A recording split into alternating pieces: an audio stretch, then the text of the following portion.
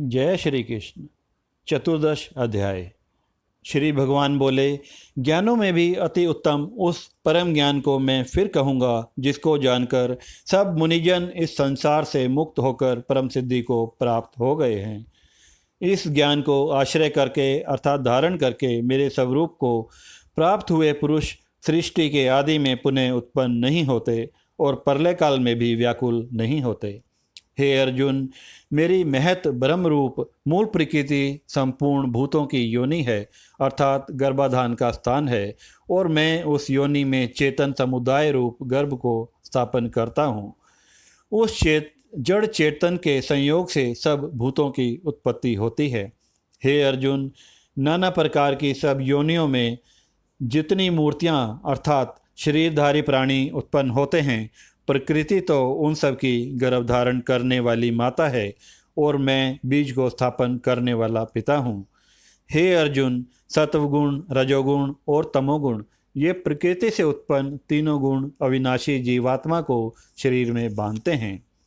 हे निष्पाप, उन तीनों गुणों में सत्वगुण तो निर्मल होने के कारण प्रकाश करने वाला और विकार रहित है।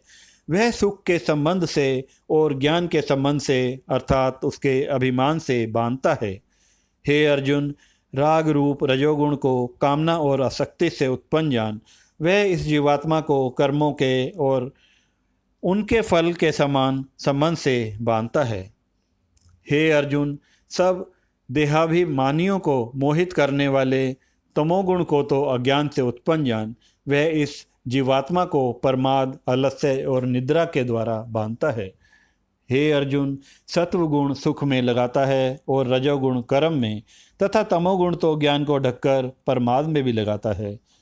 हे अर्जुन, रजोगुण और तमोगुण को दबाकर सत्वगुण और तमोगुण को दबाकर रजोगुण, वैसे ही सत्वगुण और रजोगुण को दबाकर तमोगुण होता है अर्थात बढ़ता है।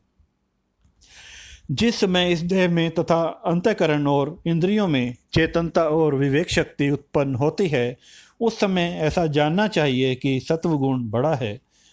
हे अर्जुन, रजोगुण के बढ़ने पर लोभ प्रवृत्ति, स्वार्थ बुद्धि से, कर्मों का काम भाव से आरंभ, अशांति और विषय भोगों की लालसा, ये सब उत्पन्न होते हैं। हे अर्जुन, तमोगुण के बढ़ने पर अंतःकरण और इंद्रियों में अप्रकाश, कर्तव्य कर्मों में अप्रवृत्ति और प्रमाद अर्थात व्यर्थ चेष्टा और निद्रादि अंतःकरण की मोहिनी प्रवृत्तियाँ ये सभी उत्पन्न होती हैं। जब यह मनुष्य सत्वगुण की वृद्धि में मृत्यु को प्राप्त होता है, तब तो उत्तम कर्म करने वालों के निर्मल दिव्य स्वर्ग आदि लोगों को प्राप्त होता है। रजोगुण के बढ़ने पर मृत्यु को प्राप्त होकर कर्मों की आसक्ति वाले मनुष्य में उत्पन्न होता है तथा तमोगुण के बढ़ने पर मरा हुआ मनुष्य कीट, पशु आदि मूढ़ योनियों में उत्पन्न होता है। श्रेष्ठ कर्म का तो सात्विक अर्थात सुख, ज्ञान और वैराग्य आदि निर्मल फल कहा गया है। राजस कर्म का फल दुख तथा तामस कर्म का फल अज्ञान कहा गया है। सत्वगुण से ज्ञान उत्पन्न होता है और रजोगुण से निसंदेह लोभ तथा तमोगुण से प्रमाद और मोह उत्पन्न होते हैं और अज्ञान भी होता है। सत्वगुण में स्थित पुरुष स्वर्ग आदि उच्च लोकों को जाते हैं। रजोगुण में स्थित राजस पुरुष मध्य में अर्थात मनुष्य लोक में ही रहते हैं और तमोगुण के कार्य रूप निद्रा, प्रमाद और आलस्य आदि में स्थित तामस पुरुष अधोगति को अर्थात कीट, पशु आदि नीच योनियों को तथा नरकों को प्राप्त होते हैं। जिस समय दृष्टा तीनों गुणों के अतिरिक्त अन्य किसी को करता नहीं देखता तथा तीनों गुणों से अत्यंत परे सच्चिदानंदन स्वरूप मुझ परमात्मा को तत्व से जानता है, उस समय वह मेरे स्वरूप को प्राप्त होता है। यह पुरुष शरीर की उत्पत्ति के कारण रूप इन तीनों गुणों को उल्लंघन करके जन्म, मृत्यु, वृद्धावस्था और सब प्रकार के दुखों से मुक्त हुआ परमानंद को प्राप्त होता है। अर्जुन बोले, इन तीनों गुणों से अतीत पुरुष किन किन लक्षणों से युक्त होता है और किस प्रकार के आचरणों वाला होता है तथा हे प्रभो, मनुष्य किस प्रकार से इन तीनों गुणों से अतीत होता है।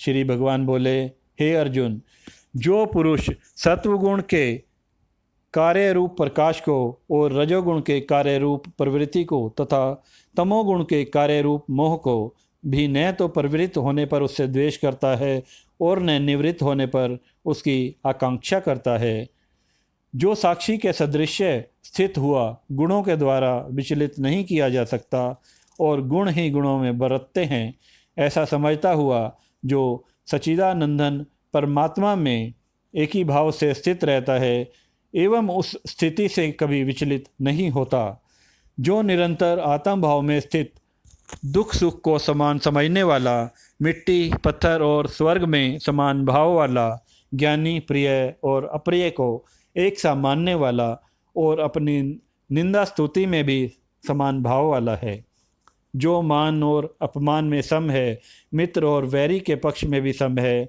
एवं संपूर्ण आरंभों में कर्तापन के अभिमान से रहित है, वह पुरुष गुणातीत कहा जाता है। और जो पुरुष अव्यभिचारी भक्ति योग के द्वारा मुझको निरंतर भजता है, वह भी इन तीनों गुणों को भली भांति लांघकर सच्चिदानंदन ब्रह्म को प्राप्त होने के लिए योग्य बन जाता है, क्योंकि उस अविनाशी पर ब्रह्म का और अमृत का तथा नित्य धर्म का और अखंड एक रस आनंद का आश्रय मैं हूँ। जय श्री कृष्ण।